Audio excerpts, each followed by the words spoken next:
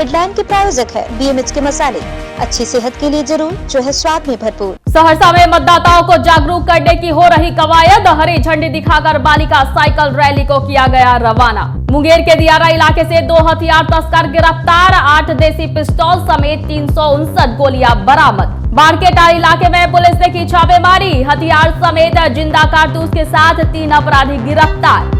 नमस्कार, मैं हूं आपके साथ प्रीति और आप देख रहे हैं बिहार न्यूज।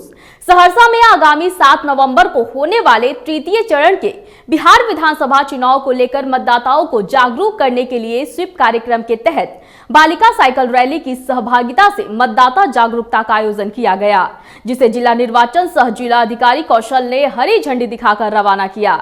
इस रैली का मुख्य उद्देश्य मतदान प्रतिशत बढ़ाने को लेकर मतदाताओं को जागरूक करना है। नवंबर को सहरसा जिला में मतदान है और इस मतदान में ज़्यादा से ज़्यादा लोग पार्टिसिपेट करें, खासकर महिला मतदाता, क्योंकि पिछले विधानसभा लोकसभा में जान रहा है कि महिला मतदाता का ज़्यादा यहाँ पे टर्नआउट होता है, तो उनको और जागरूक करने के उद्देश्य से आज महिलाओं द्वारा साइकिल रैली निकाली जा रही है। ताकि मुंगेर में हथियार तस्करों के खिलाफ चलाए जा रहे अभियान में पुलिस अधीक्षक लिपि सिंह के नेतृत्व में की गई कार्रवाई के दौरान मुंगेर पुलिस को बड़ी सफलता हाथ लगी है।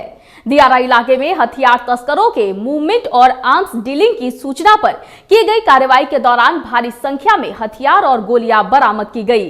साथ ही 2 हथियार तस्करों को भी गिरफ्तार किया गया।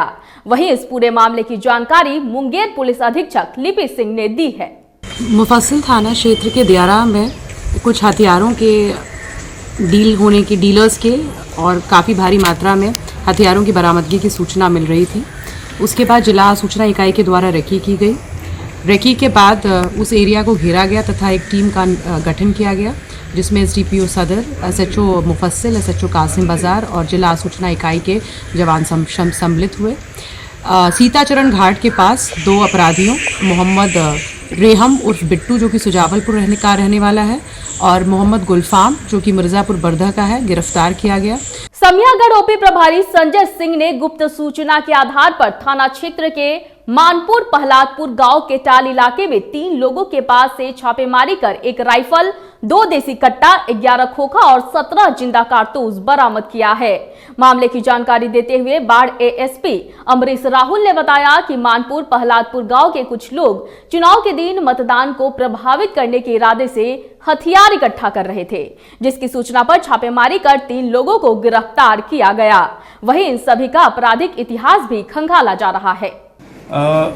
टाल क्षेत्र में 2 गांव हैं, मानपुर प्रहलादपुर, बहुत ही फेमस गांव है, जहां पर पहले से भी गोली चलने की घटना घटित होती रही है।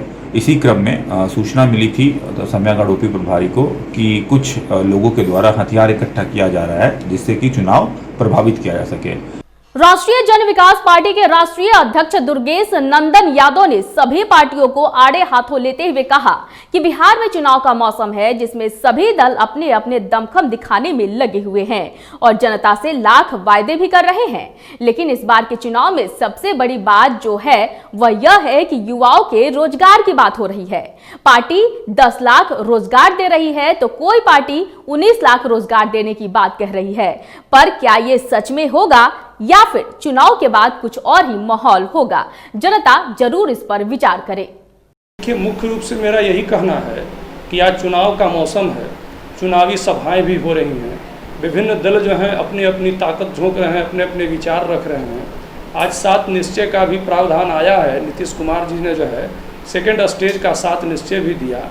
तेजस्वी यादव जो है 10 लाख नौकरी देने का वायदा कर रहे हैं। भाजपा जो है पलट करके 19 लाख नौकरी देने का वायदा कर रही है। हाजीपुर में राष्ट्रीय जन संभावना पार्टी के उम्मीदवार सड्डू भगत ने भाजपा के बागी उम्मीदवार अजीत सिंह पर जोरदार हमला बोला है। सड्डू भगत ने कहा कि अजीत सिंह भाजपा से भागे हुए नेता हैं और निर्दलीय चुनाव लड़ रहे हैं। ऐसे में उनकी ओर से उन्हें कतई समर्थन देने की बात नहीं है। उन्होंने कहा कि भाजपा के बागी उम्मीदवार अजीत सिंह को उन्हें समर्थन देना चाहिए, लेकिन अजीत सिंह लोगों के बीच भ्रम फैलाने का काम कर रहे हैं। दरअसल नामांकन के दौरान निर्दलीय प्रत्याशी अजीत सिंह ने राजपा प्रत्याशी सड्डू भगत से गले मिले थे और आरोप है कि उसी के बाद अजीत सिंह ने लोगों के बीच यह कहा कि उन्हें चुनाव गांव में सड्डू भगत का समर्थन प्राप्त हो गया है। इसी को लेकर सड्डू भगत ने अजीत सिंह के खिलाफ तीखी प्रतिक्रिया दी है। वहीं राजपा प्रत्याशी सड्डू भगत ने सघन जनसंपर्क अभियान भी चलाया। इस दौरान उनके समर्थकों ने जोरदार नारेबाजी की और राजपा उम्मीदवार को हाजीपुर विधानसभा सीट से जिताने का दावा भी किया। हमारा पार्टी से किसी से न कोई गठबंधन है, किसी के हम सपोर्ट करने जा रहे हैं। हम तो सिंगल चुनाव लड़ रहे हैं। बाकी आपसे गर्दन मिले उसका क्या? गर्दन मिले हैं। हम लोग नॉमिनेशन में गए थे तो ऐसे गर्दन मिल लिए थे। भाई भैयारे के रिश्ता नाता था। जदयू के समर्पित कार्यकर्ता रहे दिवंगत राम दहीन यादव के घर से करीब 4 लाख रुपए मूल्य के जेवरात की चोरी हो गई। यह घटना शहर के कौशिक नगर मोहल्ले की है। वह इसकी जानकारी गृहस्वामी को तब लगी जब उसकी पत्नी ट्रंक से साड़ी निकालने पहुंची।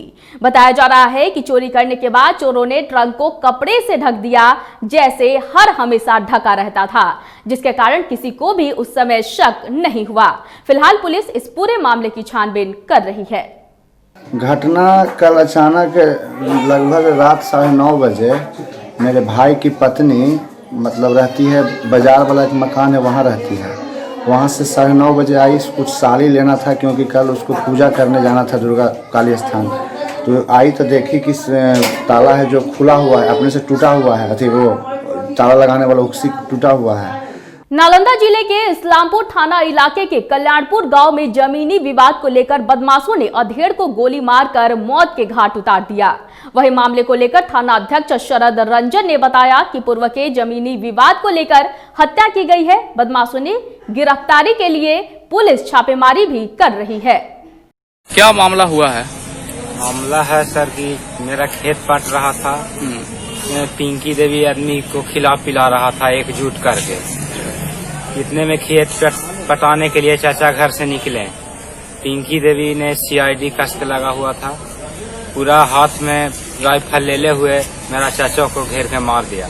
मधुबनी जिला मुख्यालय से 30 किलोमीटर और बेनीपट्टी अनुमंडल मुख्यालय से महज 5 किलोमीटर की दूरी पर विश्व में प्रसिद्ध सभी सिद्धपीठ और शक्तिपीठ में एक सिद्धपीठ उच्चैठ भगवती स्थान है, जहां मां छिन्नमस्तिका दुर्गा विराजमान है।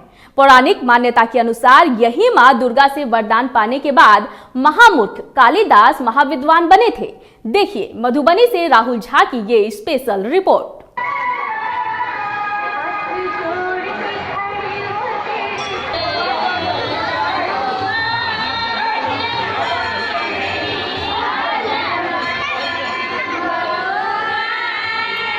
ढाई फीट के शिलाखंड पर मां दुर्गा की प्रतिमा बनी हुई है, जिसमें मां दुर्गा सिंह पर स्थित कमलासन पर विराजमान है। मां दुर्गा को मस्तक नहीं है, इसी कारण इन्हें छिन्नमस्तिका के नाम से भी श्रद्धालु पुकारते हैं। मंदिर से पूरब में शमशान घाट और सरोवर है, जहां आज भी तंत्र साधना की जाती है। मां के दरबार में जो भी आते हैं उनकी मुरादें मां अवश्य पूर्ण करती हैं। इसलिए भक्त इन्हें मां सिद्धिदात्री के नाम से भी पुकारते हैं। इस स्थान का सर्किट त्रेता युग से भी जुड़ा हुआ है। यहाँ भगवान राम ने जनकपुर यात्रा के समय मां दुर्गा की पूजा अर्चना की थी। समय बाढ़ आई तो पूरा समुद्र बन गया। जब समुद्र बना तो गुरु जी बोले तो विद्यार्थी को कौन दिया जलाने के लिए जाएगा माँ के दरबार में। 2 दिन शाम का हो गया, कोई विद्यार्थी तैयार नहीं हुआ है जाने के लिए। कौन जाएगा वहाँ? कोई विद्यार्थी डर के मारे तैयार नहीं हुआ। जो बाबा जाएंगे तो डूब के मरने का है। बाबा आप कहते हैं तो कैसे मैं डूबूंगा? कोई सवाल नहीं है। कलिया बोला मुझे दीप दीजिए गुरुजी, मैं जाऊंगा माँ के दरबार में जलाने के लिए।